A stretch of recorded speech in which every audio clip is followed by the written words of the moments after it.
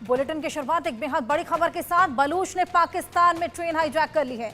आतंकी हमलों के बाद पाकिस्तान में ट्रेन हाईजैक की गई। 214 यात्री बंधक बनाए गए हैं। 30 पाकिस्तानी सैनिक ढेर कर दिए गए हैं। 16 बीएलए लड़ाके भी इसमें मारे गए हैं। बलूच कैदियों को रिहा करने का यहाँ पर अल्टीमेटम दिया गया है और शहबाज सरकार को 48 घंटे तक का समय दिया गया है। रिहा करने का अल्टीमेटम यहाँ पर 48 घंटे के समय में दिया गया है। शहबाज सरकार को यहाँ 48 घंटे की चेतावनी कि सभी को रिहा करो, वरना ट्रेन में जितने भी यात्री सवार हैं उनको मार दिया जाएगा। 214 यात्री बंधक, 16 बीएलए लड़ाके इसमें अपनी जान गंवा बैठे हैं। बलूच कैदियों को रिहा कराने का यहाँ पर अल्टीमेटम भी दिया गया है। बलूच ने पाकिस्तान में ये ट्रेन हाईजैक की है। जिस तरीके से लगातार आतंकी गतिविधियां बढ़ती चली जा रही थी, आतंक का कहर बढ़ता चला जा रहा था, उसी बीच पाकिस्तान की मुश्किलें अब और ज्यादा बढ़ गई हैं। जाफर एक्सप्रेस जिसको हाईजैक कर लिया गया है, 214 यात्री इस ट्रेन में सवार थे और उन्हीं सभी की जान फिलहाल बलूच के हाथ में है। तो टारगेट पर है पाकिस्तान। जिस तरीके से यहां पर ट्रेन को हाईजैक कर लिया गया है, यहां तमाम कवायदे भी की जा रही हैं पाकिस्तानी सेना की तरफ से, सुरक्षा बल की तरफ से इन सभी को रिहा कराने की तमाम कवायदों के बीच 214 यात्रियों बंधक को छुड़वाने में यहां पर तमाम कोशिशें की जा रही हैं। हुसैन जावेद पाकिस्तानी पत्रकार और साथ ही मेजर जनरल अनुज माथुर हमारे साथ जुड़ गए हैं। इन दोनों से और जानकारी लेंगे। बहुत स्वागत है आप दोनों का हमारे साथ जुड़ने के लिए। सबसे पहले हुसैन, मैं आपके पास आना चाहूंगी। आप वहीं बैठे हुए हैं, क्या कुछ चल रहा है वहां पर? जी, सबसे पहले आपका शुक्रिया कि आपने इनवाइट किया। देखें, हालात तो इस वक्त जो है वो आपके सामने है और जो आपने रिपोर्ट भी अभी पेश की है उसको भी काफी तक मैं समझता हूँ कि वो ठीक है। अगर कुछ उसमें ऐसी चीजें जो अभी तक हमारे हिसाब से वेरीफाई हुई नहीं है, तो कुछ चीजों का इंतजार भी, जैसे कि आपको पता है जब कोई ऐसा ऑपरेशन होता है या जब कोई ऐसी घटना होती है और जब वो चल रही होती है, हम कोई भी ऐसी उसके हवाले से जो भी ऐसी इतला आती है उस पर हम फौरी तौर पे कह नहीं सकते कि ये किस हद तक सही होगी। तो आई थिंक आज शाम तक कई चीजें जो हैं क्लियर हो जाएंगी, क्योंकि हमने भी अपने तौर पे कोशिश की है कि कुछ ऐसे सोर्सेज जिनका ताल्लुक हमारी इंटीरियर मिनिस्ट्री के साथ है उनसे रब्ता कीजिए। उम्मीद है कि आज शाम तक उनसे बात करके इस बारे में मजीद आपको जानकारी दे सकेंगे। लेकिन मैं वही कहूंगा कि बहुत ही अफसोसनाक वाकया। और थोड़ा सा मैं आपको बता दूं कि ट्रेन जो है इसको अगवा किया कैसे गया टेक्निकली, क्योंकि ये जो इलाका है हमारा बलूचिस्तान का, ये ऐसा इलाका है कि कई मतलब यहाँ पर पहाड़ी इलाके भी हैं, यहाँ पर आपको लैंड भी मिलेगा, तो ट्रेन की रफ्तार जो है वो धीमी रहती है। और ये जिस ट्रैक पे कल ये ट्रेन सफर कर रही थी, 1:30 बजे इसको अगवा किया गया। तो ये कोयटा से पेशावर की तरफ जा रही थी और ये जो पूरा इलाका है ये बहुत ज्यादा, अब इसको कह सकते हैं कि आबादी होती ही नहीं है, बिल्कुल खाली इलाका है। यहाँ पर 7 सुरंगें आती थी, उसमें से एक सुरंग के अंदर जो थे वो बीएलए वाले वो घात लगा के बैठे थे और बकायदा एक प्लान मूव, इससे आप एक कैलकुलेटेड मूव उनका कह सकती हैं कि उन्होंने इसको वहां पे अगवा किया। पहले उन्होंने धमाके से पटरी मतलब थी उसको बर्बाद कर दिया और ट्रेन उसके बाद आगे जा नहीं सकी और फिर उन्होंने फायरिंग स्टार्ट की। तकरीबन कोई 1 घंटे फायरिंग चलती रही, क्योंकि ट्रेन के अंदर भी सिक्योरिटी एहलकार थे। मोस्टली इसमें बच्चे भी थे, इसमें बूढ़े भी थे, इसमें फैमिलीज भी थी। तो मैं ये कह सकता हूँ कि तकरीबन 460 के करीब इसमें लोग थे जो जो इतलात हमारे पास आई हैं। और उसमें से अब तक जो हमारे पास फिगर है वो यही है कि 104 जो लोग हैं उनको वहां से बाजियाब कर लिया गया है। उसमें अक्सरियत जो है औरतों की है, बच्चों की है, बूढ़ों की है। और जब उनको रिहा किया गया तो वो तकरीबन 3 घंटे वहां से पैदल चले हैं, क्योंकि कोई ट्रेन नहीं थी, कोई कुछ नहीं था, और फिर जाके उनको आगे जाके रेस्क्यू किया गया। तो हालात इस वक्त ये हैं। बाकी जो लोग हैं वो अभी तक हैं वहां पे, ऑपरेशन चल रहा है। और अब तक इतलात ये जो आपने अपनी रिपोर्ट में भी कहा कि 13 के करीब जो बीएलए के दहशतगर्द हैं वो उसमें मारे गए हैं, लेकिन ऑपरेशन अभी खत्म नहीं हुआ। बिल्कुल हुसैन, और अपडेट्स हम आपसे लेंगे, लेकिन दर्शकों को एक और बड़ी खबर दे दें। बीएलए का पाकिस्तान सरकार को 48 घंटे का अल्टीमेटम भी सामने आया है। पाकिस्तान की सेना अपना ऑपरेशन बंद करे, ये चेतावनी बीएलए द्वारा जारी की गई है। राजनीतिक कैदियों को बिना शर्त रिहा करे पाकिस्तान, ये बीएलए ने चेतावनी यहां पर दी है, वरना यात्रियों को अपनी जान गंवानी पड़ेगी। 48 घंटे का अल्टीमेटम यहां पर दिया गया है। हुसैन, यहाँ 48 घंटे का अल्टीमेटम दिया गया है। चलिए आपसे और अपडेट्स लेंगे। मेजर जनरल अनुज माथुर जी भी हमारे साथ जुड़े हुए हैं। अनुज माथुर जी, क्या लगता है कि 48 घंटे का जो अल्टीमेटम यहाँ पर दिया गया है, हालांकि पाकिस्तानी सेना या सुरक्षा बल भी अपनी तरफ से तमाम कोशिशें यहाँ पर करेंगी कि जो यात्री हैं वो बिल्कुल सुरक्षित रहें, तो क्या यहाँ पर डायलॉग की भी गुंजाइश है? Harsha, thank you very much. मैं आपको एक बात बताना चाहता हूं कि देखिए, इस समस्या का समाधान डायलॉग में ही है। डायलॉग की आप गुंजाइश की बात कर रही हैं। मेरा यह मानना है कि इसका अगर आपको समाधान चाहिए और अगर आपको चाहिए कि आपके सैनिक और आपके जो उसमें फंसे हुए हैं, तो आपको बातचीत ही करनी पड़ेगी। उसकी 2-3 वजह मैं बताता हूं हर्षा आपको। जैसे कि वो हुसैन जावेद जी बताने का प्रयास कर रहे थे, ये टेरेन बहुत डिफिकल्ट है। दूसरा, ये जो ऑपरेशन बीएलए ने किया है, ये बहुत ही डिटेल्ड प्लानिंग और बहुत सोच समझ करके ऐसा ऑपरेशन किया है जिसमें कि उन्होंने इस बात का पूरा अंदेशा लगाया था कि अगर हम इसको ऑपरेशन को अंजाम देंगे तो पाकिस्तान की आर्म फोर्सेस, पाकिस्तान की पुलिस किस तरीके से रिएक्ट कर सकती है।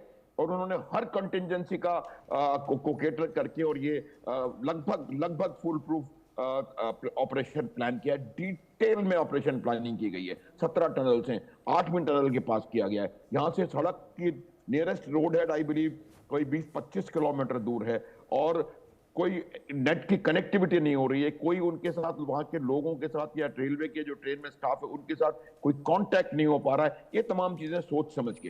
दूसरी बात आप देखें कि आमतौर पे इतने सैनिक और आईएसआई के अधिकारी और लोग एक साथ एक ट्रेन में आमतौर पे, मतलब मैं कह नहीं सकता कि क्या वहां परिस्थिति है, नहीं सफर करते हैं। तो उन लोगों ने इंटेलिजेंस इस लेवल तक हासिल करी कि किस दिन ट्रेन में सबसे ज्यादा सैनिक होंगे, आईएसआई वाले भी होंगे, और किस समय इसको हाईजैक करना सबसे ज्यादा फायदेमंद होगा, सबसे ज्यादा लीवर उनको नेगोशिएशन के लिए मिलेगा। तो तीसरी बात आप देखेंगे हर्षा, कुछ दिन पहले, 1 या 2 दिन पहले, कल भी मैंने ये बोला, 1 या 2 दिन पहले अमेरिका ने एक वार्निंग इशू करी थी, अपने लोगों को ट्रेवल एडवाइजरी इशू करी थी, और इसी इलाके का नाम लेकर के उन्होंने कहा था कि इन इलाकों में अमेरिकी लोग जाना बंद कर दें। तो इसका अर्थ यह है कि कहीं ना कहीं उनको इस बात का अंदेशा था कि कोई मेजर एक्शन यहां पर होने वाला है, और इस बात की खबर पाकिस्तान की आर्म्ड फोर्सेस को, पाकिस्तान के एस्टेब्लिशमेंट को नहीं थी। ये एक बहुत बड़ी सोचने की चीज है। अब हर्षा, मैं दूसरी भी बात के ऊपर आता हूं कि क्यों इस प्रकार की हरकतें हो रही हैं। इसी ट्रेन के ऊपर नवंबर में भी हमला हुआ था, आत्मघाती, और 26 लोग मारे गए थे और 62-63 लोग मेरे हिसाब से कहीं घायल हुए थे। वो इसलिए हो रहा है कि आज जो जितने भी रेबल ऑर्गेनाइजेशंस हैं पाकिस्तान में, वो सब मुझे लगता है कहीं ना कहीं इकट्ठे हो गए हैं, और एक कुल मिलाकर के उन्होंने सारे तमाम ऑर्गेनाइजेशंस ने एक बलूच नेशनल आर्मी को क्रिएट कर दिया है, और वो बलूच नेशनल आर्मी इस प्रकार की चीजों को अंजाम दे रही है। इसकी वजह यह है, देखिए, कि वहां की समस्या को मानने को तैयार नहीं है पाकिस्तान की सरकार। और पिछले जितने भी दशक आजादी के बाद से, पाकिस्तान की आजादी के बाद से पाकिस्तान के पास हुए हैं, उसमें उन्होंने सही प्रकार से बलोचिस्तान का इंटीग्रेशन और उनको उनका हक देने का प्रयास नहीं किया है। और वही वजह है कि बलोचिस्तान आज निश्चित रूप से इस बात को ऊपर जा रहा है कि वो अपने आप को पाकिस्तान से अलग कर ले, जुदा कर ले, और वो करने के लिए उनको इस प्रकार के एक्शंस करने की आवश्यकता है। उन्होंने अल्टीमेटम दिया है, और जब तक मेरा मानना है कि ये बहुत बड़ी और बहुत दुस्साहसी ऑपरेशन है, और जब तक कोई ना कोई इसका मेजर एक्शन नहीं लिया जाएगा, तब तक इसके ऊपर असर होता होगा नजर नहीं आएगा। एक बात बताना, एक और बात बताना चाहता हूं मैं। देखिए, हाँ ठीक है, ओके, नहीं, आप कीजिए, अपनी बात पूरी कीजिए। हाँ, तो वो बात मैं बता रहा था, देखिए कि अभी भी अगर पाकिस्तान का एस्टेब्लिशमेंट, पाकिस्तान की आर्म्ड फोर्सेस, पाकिस्तान की इंटेलिजेंस अभी भी नहीं चेतेगी, और अगर अभी भी वो इस बात का यकीन नहीं करेगी कि वहां के लोगों को, बलूचिस्तान के लोगों को उनका हक दिया जाए, और चीन और पाकिस्तान मिलकर वहां का असीमित दोहन ना करें, वहां से उनको बिल्कुल पूरी तरह से दबा करके ध्वस्त करने का प्रयास नहीं करेंगे, तब तक मुझे नहीं लगता इसका कोई सॉल्यूशन निकलने वाला है। जो आतंकवाद का बीज बोया गया है, वही फसल आज पाकिस्तान काट रहा है, और उनको चेतने की बहुत जबरदस्त आवश्यकता है। हर्षा। बिल्कुल अनुज माथुर जी, जो बोओगे वही पाओगे। खैर ये तो कहावत भी है, लेकिन जिस तरीके से यहाँ पर ये हमला किया जा रहा है, अंदरूनी कलह के चलते यहाँ पर आम जनता को इसमें पिसना पड़ रहा है। एक और खबर दर्शकों को दे दें, आप दोनों हमारे साथ बने रहिए। बंधकों को छुड़ाने को लेकर ऑपरेशन लगातार जारी है। पाकिस्तान सेना का बीएलए के खिलाफ ये ऑपरेशन बेहद बड़ा होता चला जा रहा है। बंधकों को छुड़ाने के लिए अतिरिक्त फोर्स भी यहाँ पर बुलाई गई है। पाकिस्तान का दावा है कि 104 बंधकों को रेस्क्यू भी कर लिया गया है। ये बेहद बड़ा दावा पाकिस्तान की ओर से किया जा रहा है। छुड़ाने को लेकर ऑपरेशन लगातार जारी। पाकिस्तान सेना का बीएलए के खिलाफ ये ऑपरेशन अब बढ़ता चला जा रहा है। आइए मैप के जरिए आपको समझाने की कोशिश करें कि आखिर ये जाफर एक्सप्रेस कहां से लेकर कहां तक जा रही थी। रूट मैप के जरिए आपको समझाते हैं। ये देखिए, ये मैप रावलपिंडी से ये ट्रेन शुरू हुई, जिसके बाद लाहौर, साहिवाल, बहावलपुर, रोहरी, क्वेटा और मुल्तान, ये पूरा रास्ता हम आपको समझा रहे हैं। क्वेटा तक ये जा रही थी, रावलपिंडी से शुरू हुई थी। लाहौर, साहिवाल, बहावलपुर, रोहरी और क्वेटा, बीच में मुल्तान भी, ये सब रूट्स को कवर करते हुए क्वेटा तक ये ट्रेन जा रही थी। जिसके बाद इस ट्रेन को हाईजैक कर लिया गया और अब यहाँ पर तमाम कवायदे की जा रही है बंधकों को छुड़ाने की। पाकिस्तान ने दावा भी किया है कि 104 बंधकों को रेस्क्यू कर लिया गया है। हुसैन, मैं आपके पास आऊंगी। देखिए, रूट हमने अपने दर्शकों को समझाया, किस किस रूट को कवर करके ये ट्रेन कहाँ कहाँ जा रही थी। अब एयर स्ट्राइक की भी तैयारी है पाकिस्तान की ओर से। पहले तो ये समझाइए कि एयर स्ट्राइक कहाँ किया जाएगा? ट्रेन के ऊपर किया जाएगा, आर्मी के ऊपर किया जाएगा? क्योंकि ट्रेन पर किया जाता है तो उसमें लोग सवार हैं। अगर आर्मी पर किया जाएगा तो आर्मी का साफ कहना है कि जनता को हम छोड़ेंगे नहीं।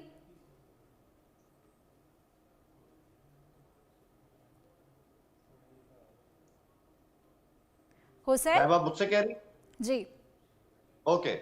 देखिए, मैं आपको बताऊं, अभी इससे पहले जो अभी सर ने की बात, तो उससे पहले आपने बात की कि अल्टीमेटम दिया गया 48 घंटे का। इस तरह की खबरें चल रही हैं, ये आज सुबह से चल रही है। लेकिन मैं आपको वही बताऊंगा, इसकी भी कोई वेरिफिकेशन नहीं है कि उनकी डिमांड्स क्या है कि हमारे बंदों को रिहा करें, इस तरह करें।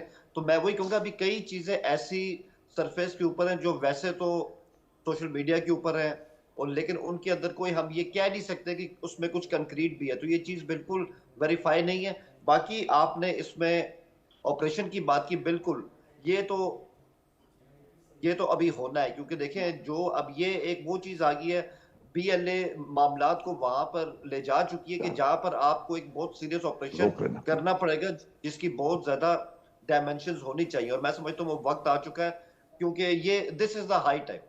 इससे पहले इतना ग्रैंड स्केल का ऑपरेशन यहाँ पे नहीं हुआ। यहाँ पे टेक्निकल ऑपरेशन होते हैं, कॉम्बिंग ऑपरेशन होते हैं, लेकिन वक्त आ गया कि यहाँ पे एक सीरियस की जो है एफर्ट की जाए इनको तबाह करने के लिए। एक और बात मैं ये कहूंगा, आपने अभी बात की कि वहां पर एयर स्ट्राइक्स के बारे में बात की जा रही है, वो कहाँ पे होगी? पहाड़ों पर होगी, सुरंग के ऊपर होगी, ट्रेन पे होगी? तो मैं आपको दोबारा बता रहा हूँ, मैं बहुत जिम्मेदारी से कह रहा हूँ, अभी तक हमारे सिक्योरिटी जो भी क्वार्टर्स है वहां पे किसी एयर स्ट्राइक की कोई खबर नहीं है, ना हमें इस बारे में अभी तक मजीद कोई इंफॉर्मेशन मिली है। लिहाजा मैं वही कह रहा हूँ, जब हमारे सामने चीजें आएंगी तब हम इस पर बेहतर तौर पर कमेंट कर सकते हैं। क्या सराइयों को तूफान इस वक्त बहुत है, लेकिन हतमी फिक्र वही है जो हमारे सामने है, जो मैंने आपको बताए हैं कि 104 लोग जो है अभी तक वो वहां पे रिहा हुए हैं। हुसैन, खबर है नहीं कि आप देना नहीं चाहते, क्योंकि हमने ये खबर भी सुनी है कि वहां पर ब्लैकआउट्स भी कर दिए गए हैं, इंटरनेट भी काट दिया गया है, ताकि वहां से कोई भी खबर बाहर ना जाए। मैम, बात ये कि वहां इंटरनेट है ही नहीं, वहां पे कम्युनिकेशन के बहुत मसाइल हैं। यही तो सबसे ज्यादा कल प्रॉब्लम आया। मैंने आपको शुरू में बताया कि वो इलाका जो है वो मेन स्ट्रीम जो सिटीज है वहां से बहुत दूर है, और जब वहां पे इस तरह का ऑपरेशन हुआ और पता चला कि एक सुरंग के अंदर ट्रेन को रोक दिया गया है, पटरी को उड़ा दिया गया है, तो सिक्योरिटी जब वहां पे पहुंची तो उनको टाइम लगा है, क्योंकि वो मैंने कहा वो मेन स्ट्रीम एरिया से बहुत दूर की जगह है। तो वहां पे कम्युनिकेशन, इंटरनेट के मसाइल बहुत ज्यादा, इतला करना चलिए हुसैन, और बातचीत करेंगे। एक और बड़ी खबर दर्शकों को यहाँ पर दे दे। पुलिस चौकी पर बीएलए ने कब्जा जमा लिया। पुलिस वालों का सामान जब्त कर लिया है, पुलिस के हथियारों को जब्त कर लिया है, और मस्तूंग कब्जे पर बीएलए ने यह कब्जा किया है। मस्तूंग कब्जा कस्बा, जहां पर ये बीएलए ने हथियारों को जब्त कर लिया है। पुलिस के हथियार हैं जिन्हें जब्त कर लिया गया है। लगातार ये मामला एस्केलेट होता चला जा रहा है। अनुज माथुर जी हमारे साथ जुड़े हुए हैं। अनुज माथुर जी, जिस तरीके से यहाँ पर ये हमला बढ़ता चला जा रहा है, अब यहाँ पर पुलिस के हथियारों को भी जब्त कर लिया है और साथ ही ट्रेन को तो हाईजैक कर ही रखा है। क्या लगता है ये मामला कितना और बढ़ेगा, क्योंकि डायलॉग की गुंजाइश तो अभी तक नजर नहीं आ रही है। एयर स्ट्राइक के लिए यहाँ पर पूरी तैयारी है। हर्षद, देखिए, हम लोग समस्या की जड़ पर तक पहुंचने का प्रयास नहीं कर पा रहे हैं। जब तक समस्या को की जड़ को एड्रेस नहीं किया जाएगा तब तक हम इस बात को देखिए, पाकिस्तान में अभी भी लोग इस बात को मानने तक को तैयार नहीं है कि वहां पर बहुत बड़ी समस्या है। वहां के कल जो सज्जन पधारे थे आपके चैनल पे, उन्होंने कहा कि एक बहुत मामूली चीज है, आप इतना बड़ा दुस्साहसपूर्ण ऑपरेशन हो गया और ट्रेन हाईजैक कर ली गई, उसको बोलते हैं मामूली चीज है। एक बात मैं हुसैन जावेद साहब से एग्री करता हूं कि जो खबरें आ रही हैं वो कोई उनका प्रामाणिक शायद नहीं है, लेकिन ये बात निश्चित है कि पाकिस्तान आर्म्ड फोर्सेस ने हेलीकॉप्टरों का वहां पर प्रयास इस्तेमाल किया, क्योंकि हेलीकॉप्टर जो है वो इस प्रकार की टेरेन में ज्यादा इफेक्टिव होता है बनस्पत एयर स्ट्राइक के। अभी मकसद मेरे हिसाब से पाकिस्तान आर्म्ड फोर्सेस का ये होना चाहिए कि वो किसी ना किसी प्रकार से इस होस्टेज समस्या को पहले इसका समाधान निकालें, चाहे वो डायलॉग के मार्फत, चाहे वो कुछ लीडरों को छोड़ करके या कैसे भी। अब देखिए, उन्होंने कहा कि अल्टीमेटम की बात हो रही है, वो सही नहीं है, लेकिन मैं ये बताना चाहता हूं कि अगर कोई अल्टीमेटम देना ही नहीं होता, कोई मांग ही उनकी नहीं होती, तो उन्होंने हाईजैक क्यों करी ट्रेन हाईजैक करी इसलिए गई है क्योंकि उन्होंने इंटेलिजेंस को हासिल किया कि इसमें बहुत सारे सैनिक और आईएसआई के अधिकारी और लोग बैठे हुए हैं, इनको करके और लीवर लगा के और हम अपने पॉलिटिकल जो डिटेनीज हैं उनको छुड़वाएंगे। तो ये बात बिल्कुल निश्चित है कि किस प्रकार से पाकिस्तान में शायद, और ऐसे समय में ये लाजमी भी है कि आप कुछ खबरों को बाहर निकलना न दें, क्योंकि वो खबरें एक ऐसा रूप हासिल कर लेती हैं जिससे कि ऑपरेशन पे असर पड़ सकता है इस पे। तो ये बात और ठीक है, लेकिन इस बात को नहीं मानना, मेरे हिसाब से वो सॉल्यूशन, आप उस सॉल्यूशन की तरफ नहीं बढ़ पाएंगे। अब जो टेरेन है, इसका मैं आपको ये बताना चाह रहा हूं कि जैसे उन्होंने भी कहा, इंटरनेट वहां पर नहीं है, सड़कें वहां पर नहीं है, पता नहीं 15-20 किलोमीटर 21 किलोमीटर पैदल चल के रेस्क्यू, जिन लोगों को रेस्क्यू नहीं किया गया है, ये वही लोग हैं जिनको कि उन्होंने छोड़ दिया था और कहा था कि आप जाएं, और उनको रास्ते में उन्होंने बचा लिया है। तो अब ये इस बात का द्योतक है कि उस इलाके में कहीं भी पिछले 70-80 वर्षों में कोई डेवलपमेंटल एक्टिविटी, कोई खास इंफ्रास्ट्रक्चर के ऊपर कोई ध्यान नहीं दिया गया है और कोई कुछ वहां पर इस प्रकार की हरकत नहीं हुई। तो यही मांग उनकी होती रही है कि आप हमारा दोहन कर रहे हैं, हमारे जो एसेट्स हैं, हमारे जो रेयर अर्थ मिनरल्स हैं, हमारे जो और चीजें हैं, उनको आप निकालते चले जा रहे हैं और वो आप चीन को दे रहे हैं। पाकिस्तान का भी नहीं है, चाइना को उन्होंने बलूचिस्तान को गिरवी रख दिया है चाइना के पास। तो ये तमाम चीजें उनकी जो जेन्युइन डिमांड्स हैं, जब तक उन डिमांड्स के ऊपर पूरा तवज्जो नहीं दी जाएगी, उनका सॉल्यूशन निकालने का प्रयास नहीं किया जाएगा, जो 70-80 हजार बच्चे वहां से मिसिंग हैं, लोग मिसिंग इन एक्शन, इतने लोगों को आपने गायब करवा दिया है वहां से, उनका जब तक कोई सॉल्यूशन नहीं निकाला जाएगा, आप ये देखें कि किस प्रकार से पाकिस्तान की आर्म्ड फोर्सेस ने और एस्टेब्लिशमेंट ने वहां पर दबाव डालने का प्रयास किया है, ताकत से इस समस्या का समाधान ढूंढने की कोशिश की है। देखिए हर्षा, कि कोई भी इस प्रकार की समस्या जो कि इंसर्जेंसी से कनेक्टेड है, वो समस्या बल प्रयोग से हल नहीं होती है। बल प्रयोग आवश्यक है कि जो टेररिस्ट एलिमेंट है, जो आर्म्ड एलिमेंट है उस ऑर्गेनाइजेशन का, उसको खत्म करने के लिए बिल्कुल रूट कॉज पकड़ने की यहाँ पर बेहद ज्यादा जरूरत है। अनुज माथुर जी, दर्शकों को एक और बड़ी खबर यहाँ पर दे दी। जाफर एक्सप्रेस ट्रेन हाईजैक पर शहबाज शरीफ का बयान सामने आया है। जवानों का कुर्बानी हमेशा याद रहेगी। शहबाज शरीफ दहशत गर्दी ने सर उठाया है, ये कहते नजर आए। दुश्मनों के मंसूबे कामयाब नहीं होंगे। ये तमाम बड़ी बातें पाक सेना आतंकियों से लगातार निपटने की कोशिश कर रही है। तो शहबाज शरीफ का ये बयान, जाफर एक्सप्रेस ट्रेन हाईजैक होने के बाद जवानों की कुर्बानी को हमेशा याद किया जाएगा। दहशत गर्दी यहाँ पर सर अब अपना नहीं उठा पाएंगे और पाक सेना लगातार आतंकियों से निपटने के तमाम कवायदे यहाँ पर कर रही है। पहले भी कई आतंकी अटैक यहाँ पर देखने को मिले हैं।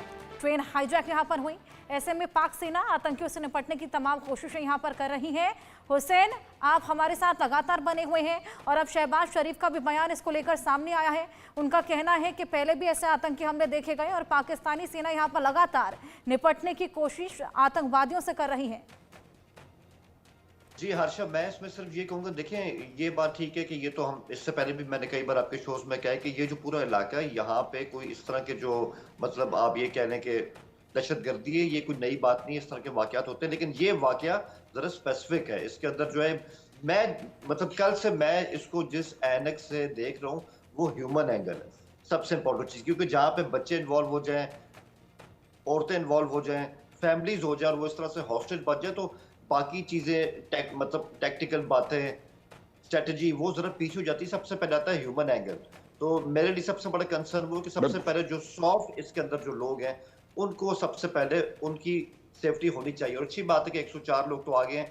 उम्मीद है मेरी कि इंशाल्लाह जो वहां पे अभी भी उनको बंदी बना के रखा है या वो वहां पे हॉस्टेज है, उनके लिए भी एक साई ऑफ रिलीफ आ जाए। तो पहले तो ये चीज इसमें ठीक हो जाए।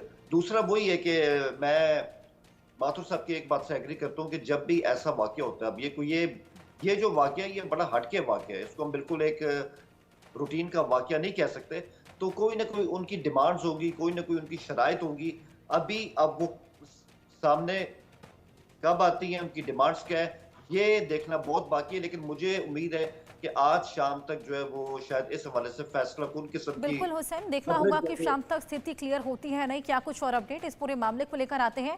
अनुज माथुर जी, बहुत शुक्रिया आपका हमारे साथ जुड़ने के लिए, अपने इनसाइट शेयर करने के लिए। हुसैन, आप हमारे साथ बने रहिए, आगे बढ़ेंगे, बात करेंगे यूपी के संभल की, जहां पर नाम बदलने की मांग लगातार तेज होती चली जा रही है। मुख्यमंत्री योगी को चिट्ठी लिखी गई है, संभल नगरी का नाम अब बदलने की मांग यहाँ पर की जा रही है। चिट्ठी में प्राचीन ग्रंथों का भी हवाला दिया गया है। परशुराम की प्रतिमा लगाने की भी मांग यहाँ पर की जा रही है।